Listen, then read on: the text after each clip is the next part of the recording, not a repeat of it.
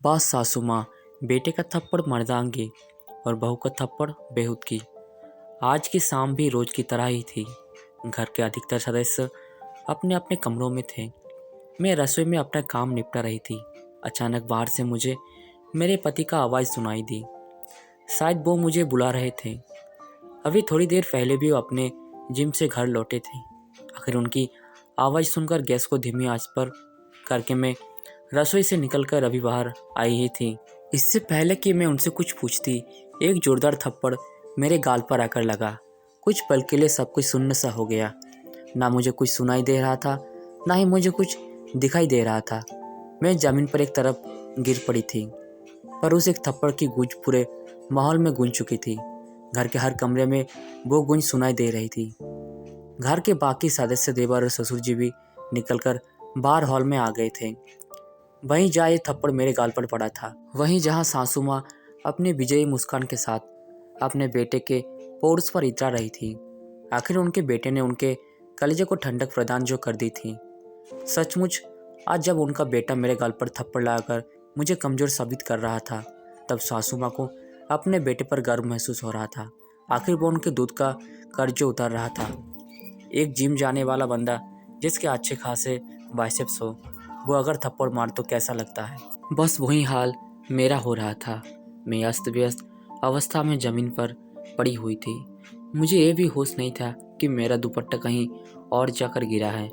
मुझे लगा कि कोई तो मेरे लिए बोलेगा, पर ये देखकर ससुर जी बोले, बिल्कुल शर्म नहीं है। यहाँ देवर और ससुर सब लोग खड़े हैं और इसके सिर से दुपट्टा गायब है। लोग क्या कहेंगे, राम राम। घोर कलयुग है। कहते कहते ससुर जी भी वापस अपने कमरे में चले गए। उन्हें इससे कोई लेना देना नहीं था कि इस घर में मेरे साथ क्या हो रहा है। उन्हें सिर्फ इसकी चिंता थी कि उनके बहू का दुपट्टा उनके सामने सिर पर नहीं था। ससुर जी की बात सुनकर मेरे पति ने ज़बरदस्ती मुझे बाहों से पकड़कर उठाई और खींचते हुए कमरे में ले गए और ले जाकर पलंग की तरफ धकेल दिया। सब कुछ इतना जल्दी जल्दी हुआ कि कुछ समझ नहीं आया। कुछ देर बाद मुझे होश आया, लेकिन जब तक होश आया तब तक स्वाभिमान तार तार हो गया। मुझे तो ये भी नहीं पता कि मुझे थप्पड़ पड़ा क्यों था। आखिर ऐसी क्या गलती कर दी थी मैंने। अभी तक तो मेरी शादी को सिर्फ 1 महीना हुआ था, पर ये 1 महीना कोई सपने जैसा नहीं है। एक एक्सीडेंट में माता पिता की मौत के बाद लोगों के कहने पर फटाफट अपनी जिम्मेदारी निभाने के चक्कर में चाचा ताऊ ने मेरी शादी इस घर में कर दी, क्योंकि उस संयुक्त परिवार में बेटी में अकेली ही थी। चाचा और ताऊ के दो दो बेटे थे। पुश्तैनी जायदाद में पिता का भी हिस्सा था। हालांकि वो हिस्सा अभी भी मेरे नाम पर था। ये बात मेरे ससुराल वाले बहुत अच्छे से जानते थे, इसलिए खुद ये लोग रिश्ता लेकर आए थे। उन्हें लगा था कि दहेज में वो पूरा हिस्सा मुझे मिलेगा, पर मैंने उसे लेने से मना कर दिया कि अभी मुझे उसकी ज़रूरत नहीं है। बस यही बात इन लोगों को कचोट गई। ये अलग बात है कि मेरे चाचा ताऊ ने वो हिस्सा मेरे लिए संभाल कर रख लिया, पर यह बात मेरे ससुराल वालों को पता नहीं। यहाँ आई तो ससुराल में सासू माँ का बोलबाला था। घर में कहने को 3 पुरुष है, पर सब उन्हीं के जवान बोलते हैं। थोड़ी देर बाद सासू माँ की बाहर से आवाज़ आई, अरे ओ महारानी, कब तक आराम फरमाती रहेगी? बाहर आकर रोटियाँ तो सेक। यहाँ सब कब से भूखे बैठे हैं। आखिर रोती सिसकती मैं अपनी दुपट्टे को सही करती हुई बाहर आई। मुझे देखकर मेरे पति ने कहा, अब तो सबक मिल गया होगा। आज के बाद खबरदार मेरी माँ को किसी काम के लिए कहा तो वो यहाँ किसी के नौकरानी नहीं है। माँ बाप ने कुछ संस्कार नहीं सिखाए इसे। पति की बात सुनकर मन घृणा से भर गया। ऐसा कौन सा काम कह दिया मैंने सासू माँ को करने के लिए जिसकी मुझे सज़ा दी गई। तभी याद आया कि सासू माँ को शाम को चाय की तलब हुई थी, तो चाय बनाकर उनके कमरे में देने गई तो सासू माँ कमरे में नहीं थी, इसलिए चाय टेबल पर रखाई थी। रसोई में आकर आटा गूंथ रही थी कि सासू माँ ने चाय के लिए आवाज़ लगाई। आटे से हाथ सने होने के कारण सिर्फ इतना ही तो कहा था कि आपके कमरे में टेबल पर ही रखी है, ले लीजिए। भला ये भी कोई काम हुआ? 55 साल की औरत इतनी बुढ़िया तो नहीं हो गई कि चाय का प्याला भी उठा ना पाई और बेटे से शिकायत कर दी, और बेटा भी इतना समझदार कि इतनी सी बात के लिए थप्पड़ खींचकर लगा दिया। अभी 1 महीने पहले तक उनके घर में ऐसे कौन से नौकर चाकर लगे हुए थे जिनकी माँ का काम नहीं करती थी। भाव के आते ही अचानक क्या हो गया? मन में कोई विचार उबाल मर रहे थे।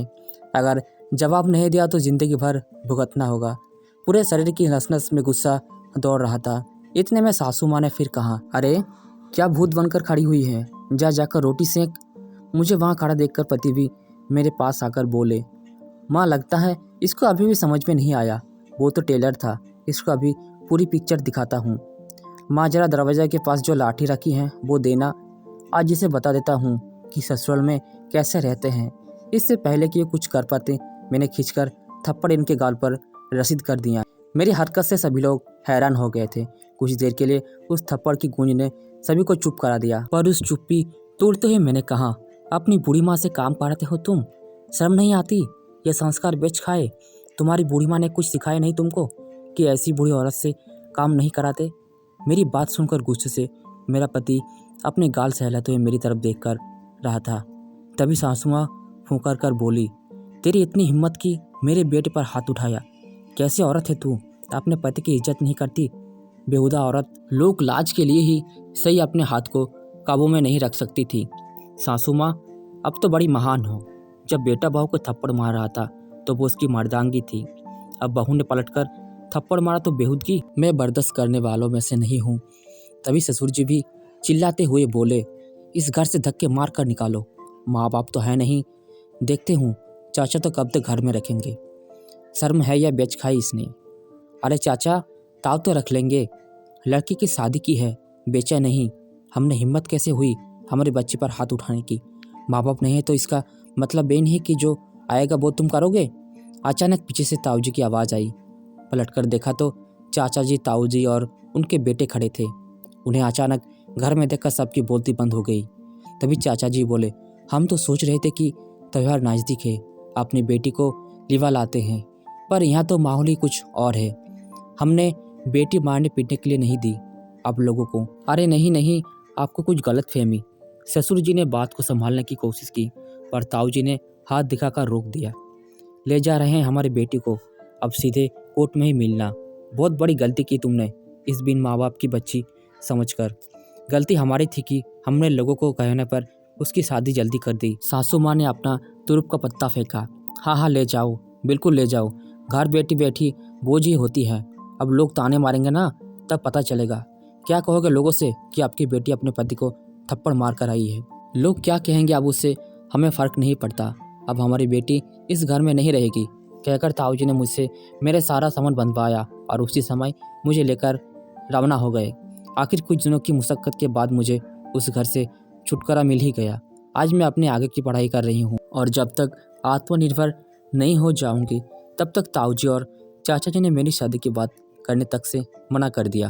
तो दोस्तों, अगर ये कहानी आपको अच्छी लगी है तो कमेंट्स में ज़रूर बताएं और चैनल पर पहली बार है तो सब्सक्राइब जरूर करें।